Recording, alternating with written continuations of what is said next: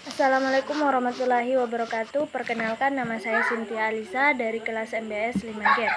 Jadi di sini saya akan menjelaskan tugas dari mata kuliah Knowledge Management, yaitu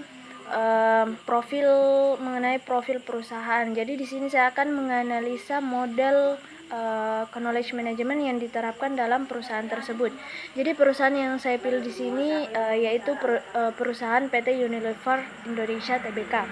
Nah, jadi Unilever Indonesia ini didirikan pada tanggal 5 Desember 1933 sebagai Chief Fabricant NV Liver.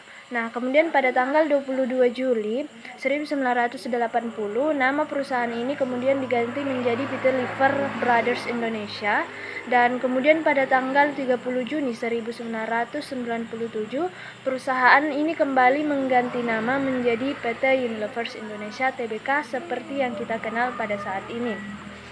Nah, produk-produk dari Unilever Indonesia ini mencakup brand-brand ternama yang disukai di dunia seperti Pepsodent, Lux, Lifebuoy, Vaseline, Rexona, Dove, Sunsilk, Rinso, dan masih banyak jenis produk lainnya.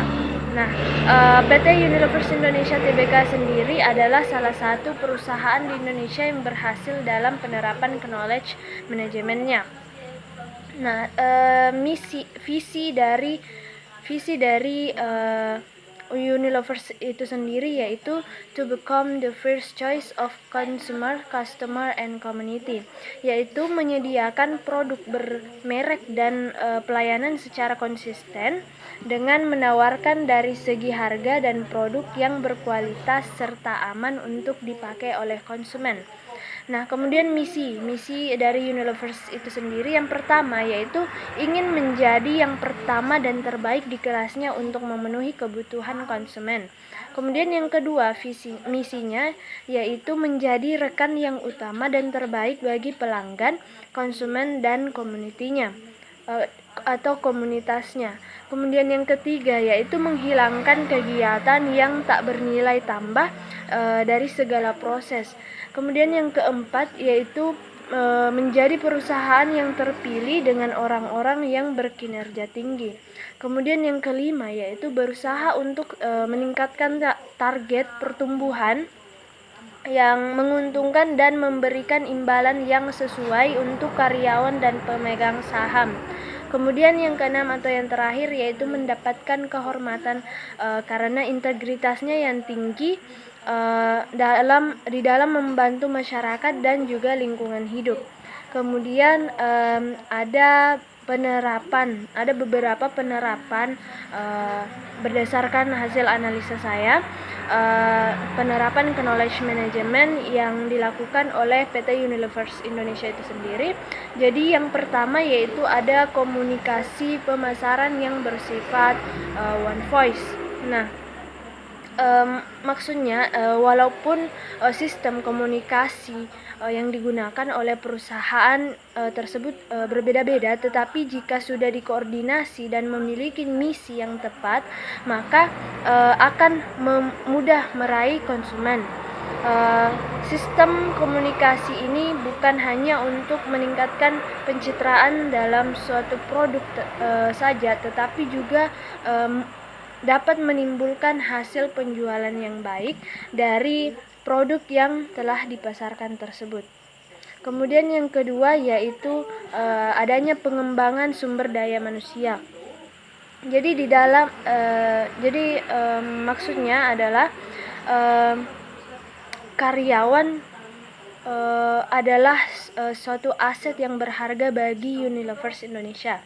Nah, karena itu Unilever Indonesia itu membuat strategi dan sistem huma kapital yang bersifat komprehensif. Hal-hal yang dilakukan adalah membuat performance development program atau PDP, yaitu di mana karyawan melakukan pekerjaannya sesuai dengan kemampuannya. Nah, setiap pertengahan tahun PDP ini dimonitori melalui Continuous Improvement Discussion atau CID. untuk membahas hal-hal yang diperlukan untuk pengembangan sistem kerja dari karyawan.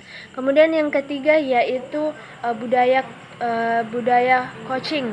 Nah, budaya coaching di sini maksudnya adalah seorang senior manager itu ditempatkan di suatu departemen untuk membantu atau memimpin karyawan-karyawan yang tergabung di dalam departemennya. Nah, tetapi sebelum menjadi coach, mereka diberikan pelatihan terlebih dahulu agar mengetahui teknik-tekniknya. Nah, budaya coaching ini diberi nama Building Leaders as Generative Coaches.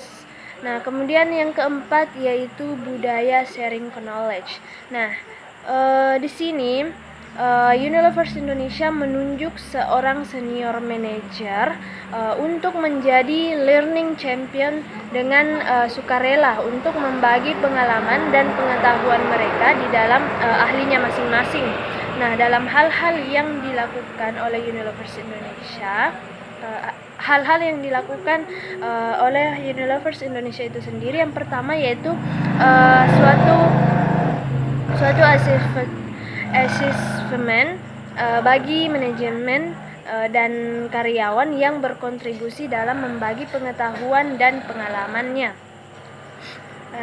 Kemudian yang kedua yaitu retrospek, yaitu berupa program penulisan tesis yang diperoleh dari pengalamannya dan dianggap baik, terus akan dipublikasikan di dalam situs departemen mereka. Kemudian yang ketiga yaitu SOLAR atau Share of Learning and Discussion, yang dimana pemimpin perusahaan Unilever Indonesia dari luar dating sebagai narasumber untuk membagikan pengetahuan dan pengalamannya. Kemudian yang terakhir yaitu Good Idea. Ini merupakan inisiatif yang memfasilitasi karyawan untuk menyampaikan suatu ide sederhana yang dapat menguntungkan perusahaan dari berbagai sisi. Baik, selanjutnya ada tujuan penerapan knowledge management ini bagi PT Unilever Indonesia Tbk. Jadi yang pertama yaitu adanya penghematan waktu dan biaya, yaitu bagaimana perusahaan memanfaatkan waktu dan biaya yang ada untuk melakukan hal-hal yang berdampak positif bagi perusahaan. Kemudian yang kedua yaitu peningkatan pada aset pengetahuan, yaitu di mana untuk membantu para karyawan agar bisa lebih kreatif dan bisa berinovasi dalam pengembangan produk untuk perusahaan. Yang ketiga yaitu peningkatan kemampuan beradaptasi terhadap lingkungan bisnis yang terjadi. Kemudian yang keempat yaitu peningkatan produktivitas, yaitu di mana sebuah pengetahuan yang sudah ada itu akan digunakan untuk pengembangan produk lain sehingga produktivitas dari sebuah perusahaan akan terbantu dan meningkat. Baik, mungkin hanya itu saja yang dapat saya sampaikan mengenai hasil analisis saya terhadap model knowledge management yang diterapkan dalam perusahaan PT Unilever Indonesia Tbk ini. Kurang dan lebihnya mohon maaf. Wabillahi taufiq wal hidayah. Wassalamualaikum warahmatullahi wabarakatuh.